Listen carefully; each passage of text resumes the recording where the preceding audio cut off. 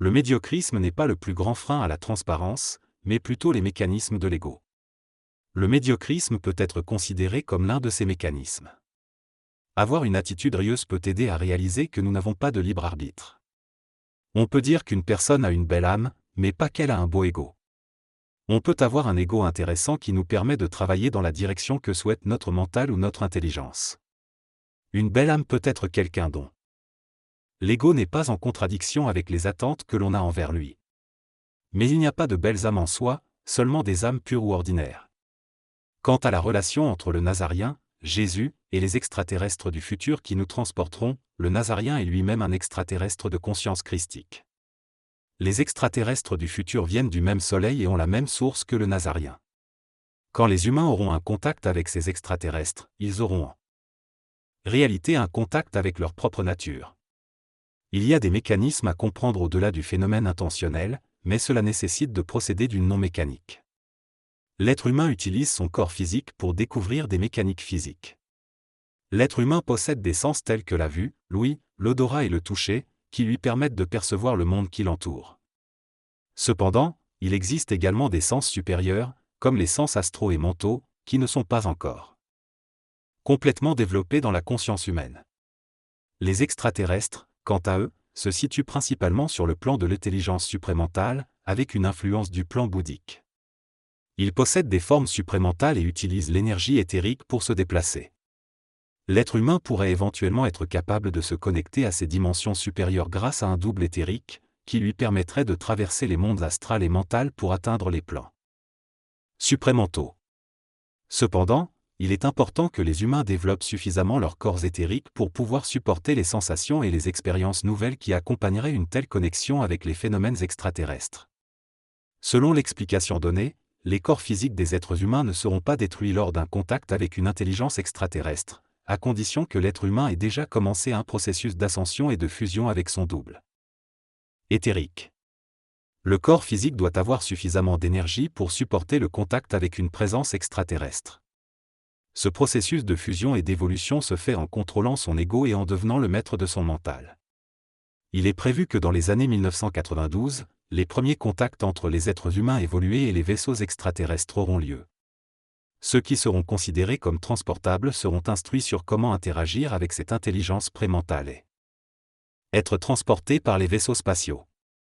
Cependant, les raisons et les finalités de ces contacts sont incompréhensibles pour l'ego humain. Il est précisé que l'utilisation de masques et la conscience positive ne sont pas nécessaires, mais plutôt la compréhension de l'écologie et de l'écosystème dans lequel nous vivons. Dans ce texte, l'auteur parle du choix que nous avons de prendre une attitude positive ou négative face à la réalité. Il critique ceux qui se plaignent et accumulent de la souffrance sans évoluer. Selon lui, la clé du bonheur réside dans le fait de cesser de se plaindre et d'accepter les conditions de vie telles qu'elles sont. Il mentionne que l'ego est responsable de notre insatisfaction constante, et affirme que nous sommes déjà heureux, mais que nous ne l'exprimons pas.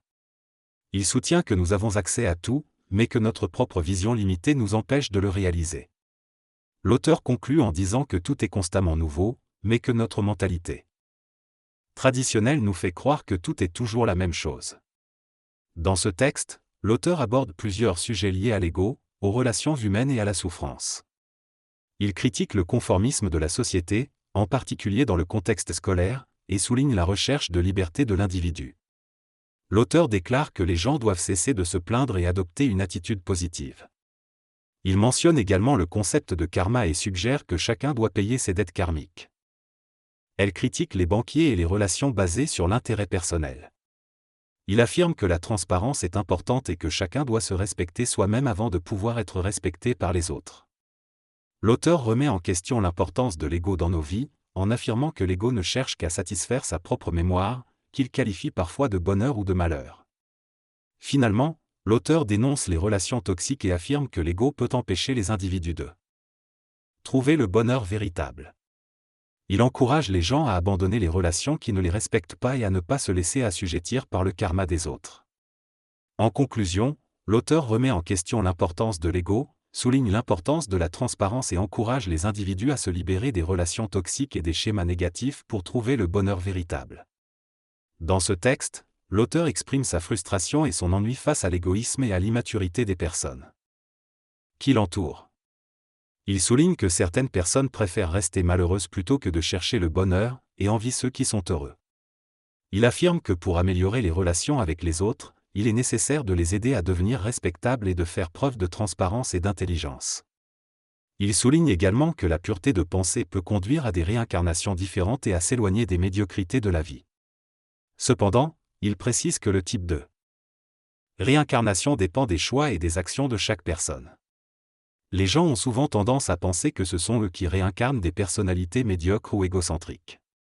Cependant, lorsque nous élevons notre taux vibratoire, nos réincarnations changent et nous ne nous attachons plus aux mêmes choses.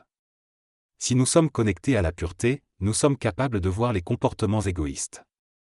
Certains pensent que seuls les individus prestigieux réincarnent en rois, reines, princes. Mais en réalité, il y a eu de nombreuses personnes de toutes les classes sociales qui ont vécu sur Terre. Pourtant, nous nous attardons plus facilement sur les figures de pouvoir, car elles ont la capacité de nous contrôler. Cependant, cela ne signifie pas que nous ne réincarnons pas en personnes moins importantes ou que nous ne devons pas nous en préoccuper. Au contraire, il est important de reconnaître et de libérer les énergies liées à ces personnages du passé. En parlant de nos réincarnations, nous facilitons leur digestion et leur libération karmique. Par exemple, Bayard était un chevalier sans peur et sans reproche, mais il a également accumulé du karma.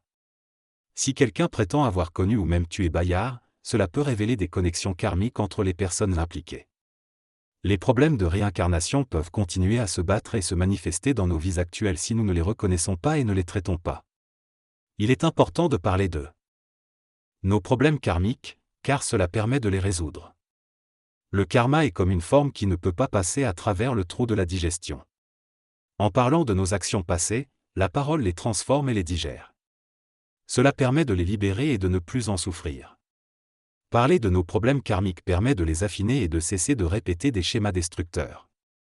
Certains problèmes karmiques peuvent être liés à des actes violents commis dans le passé et peuvent générer de la souffrance envers les enfants. Il est important d'en parler afin de les digérer et de mettre fin à cette souffrance. L'évolution personnelle passe par la conscientisation de nos actions passées et de leurs conséquences karmiques. Il ne faut pas avoir peur de plonger dans ces souvenirs et de les comprendre pour les transformer. La réincarnation est réelle et on peut réincarner les mémoires de différents individus. Il est important de ne pas projeter ses propres peurs sur les autres et de laisser chacun faire son propre travail de transformation. Certaines personnes peuvent réincarner des mémoires d'apôtres ou de personnages intéressants, mais cela n'est pas toujours clair. Il ne faut pas avoir peur d'explorer ces mémoires et de les comprendre pour évoluer. Certaines personnes peuvent avoir peur d'être trompées, mais la majorité d'entre nous ne peuvent plus l'être. Il est important de se libérer de ces peurs afin d'évoluer et d'incarner pleinement notre propre chemin spirituel. Certaines personnes peuvent partir lorsque les enseignements ne résonnent plus avec elles, mais cela ne signifie pas qu'elles sont stupides. Il est important de suivre notre propre chemin et de ne pas avoir peur de se reconnecter à soi-même à travers la réincarnation et la compréhension de nos mémoires. La connaissance de soi et de nos mémoires vient quand elle vient, il suffit d'être ouvert et attentif à notre propre évolution personnelle. Dans ce discours, l'orateur affirme que l'humanité a besoin de son aide pour créer des condensateurs d'énergie, mais que les humains doivent être totalement transparents pour accomplir cela. Il souligne que les individus résistent souvent à cette idée et pensent avoir besoin de lui, mais en réalité, leur ego les empêche de comprendre et d'accepter les principes. Il encourage les gens à se laisser aller et à reconnaître leur propre essence. Il souligne également que les individus sont liés karmiquement à ceux avec lesquels ils interagissent et que les problèmes non résolus provenant de vies antérieures peuvent refaire surface. Il soutient l'idée que la médecine reconnaît les maladies psychosomatiques, mais rejette les guérisons psychosomatiques.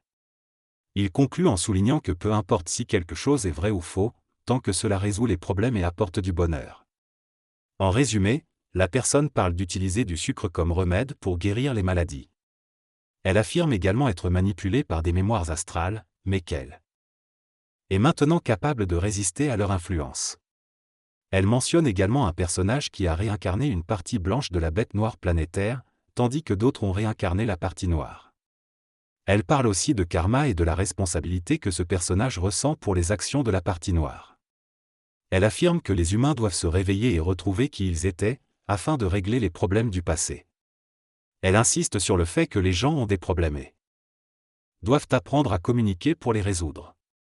Finalement, elle aborde la relation entre elle et une autre personne, en soulignant qu'il y a des problèmes à régler entre eux.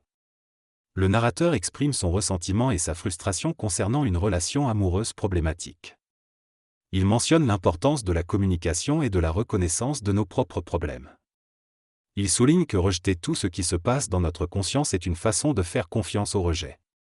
Le narrateur aborde également le concept de l'ego et son impact sur les relations. Il explique que si les problèmes sont résolus avec intelligence et respect, il n'y a pas de karma. Le narrateur conclut en affirmant qu'il faut régler les problèmes inexistants et ne pas projeter sur l'autre ses propres défauts.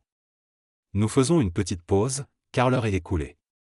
Nous reprendrons dans 10 minutes.